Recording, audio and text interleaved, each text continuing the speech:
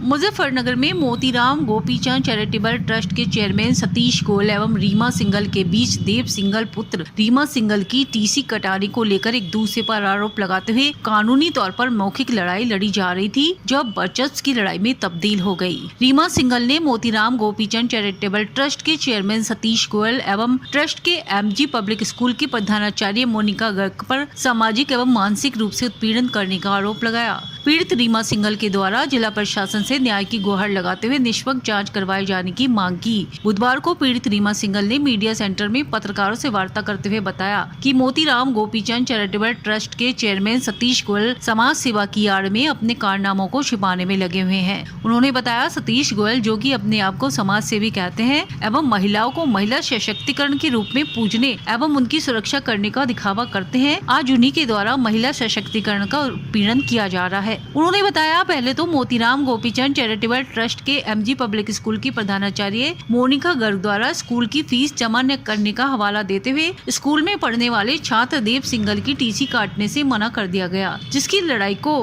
कानूनी तौर पर लड़ते हुए रीमा सिंघल ने जीत लिया था, जिसमें ट्रस्ट के चेयरमैन सतीश गोयल को हार का मुंह देखना पड़ा था, जिसके बाद से यह स्कूली लड़ाई वर्चस्व की लड़ाई में तब्दील हो गई थी। वहीं एक महिला से हार का सामना करने के बाद रंजिशन पीड़ित रीमा सिंघल पर बेबुनियाद आरोप प्रत्यारोपों के पुलों को बांधते हुए 2 करोड़ रुपए की मानहानि का दावा कर पीड़ित के घर नोटिस भिजवा दिया गया, जिससे आहत होकर पीड़ित महिला रीमा सिंघल ने आत्महत्या करने का प्रयास किया, मगर परिवार के अन्य सदस्यों के द्वारा उसकी जान बचा ली गई। आरोप है, सतीश गोयल न्यायाधीश, अधिकारियों एवं शहरवासियों को गुमराह करके अपने आप को ईमानदार एवं समाज सेवी कहलाता है। आरोप है, समाज सेवा की आड़ में अपनी मनमानी एवं पैसे बटोरने का धंधा चलाता है, जिसका शिकार एमजी बर्ड विजन के 8 मासूम बच्चों के ऊपर बेबुनियादी फीस जमा न करने का आरोप लगाते हुए क्रिमिनल कोर्ट में केस दर्ज कराया गया। आरोप है, बिना किसी नोटिस एवं बिना सच जाने एमजी पब्लिक स्कूल के 8 सीनियर अध्यापकों को भी बेबुनियादी आरोप लगाते हुए स्कूल से बेदखल कर दिया गया। आप लोगों ने मेरी टीसी दिलवाने में आप लोगों की सहायता से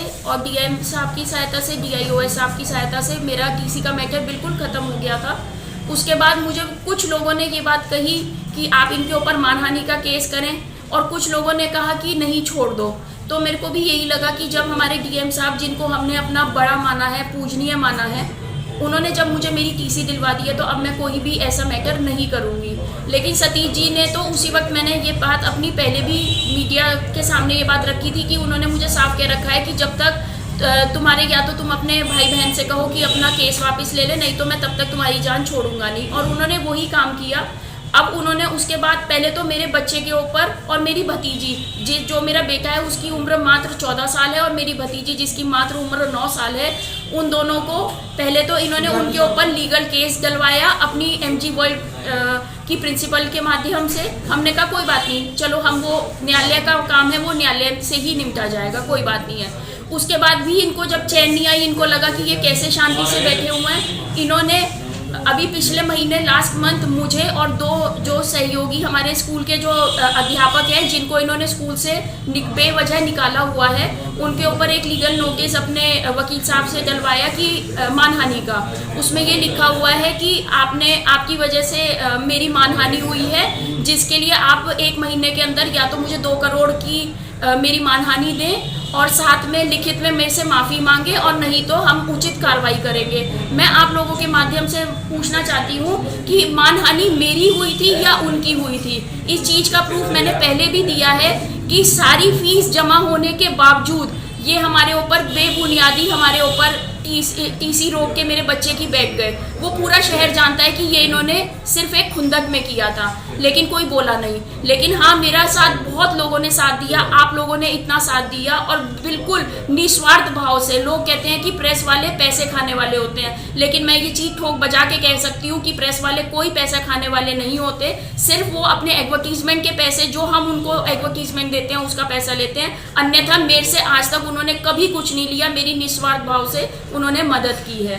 अब सतीश जी ने ये मानहानि का मेरे ऊपर नोटिस कर दिया, पहले मेरे बच्चे का कर दिया। इन्हीं सब की वजह से 6 सितंबर को मुझे रात को मध्य रात्रि मुझे हार्ट की प्रॉब्लम हो गई, जबकि मेरी उम्र सिर्फ 40 साल है और मेरी कभी कोई मेडिकल हिस्ट्री नहीं रही। इन्हें तभी भी चैन नहीं आया, इन्होंने मेरे ऊपर अब मानहानि का वो डाल दिया। मैं आप लोगों के माध्यम से पूछना चाहती हूँ कि वैसे तो सतीश जी कहते हैं मैं बहुत बड़ा समाज सेवी हूँ,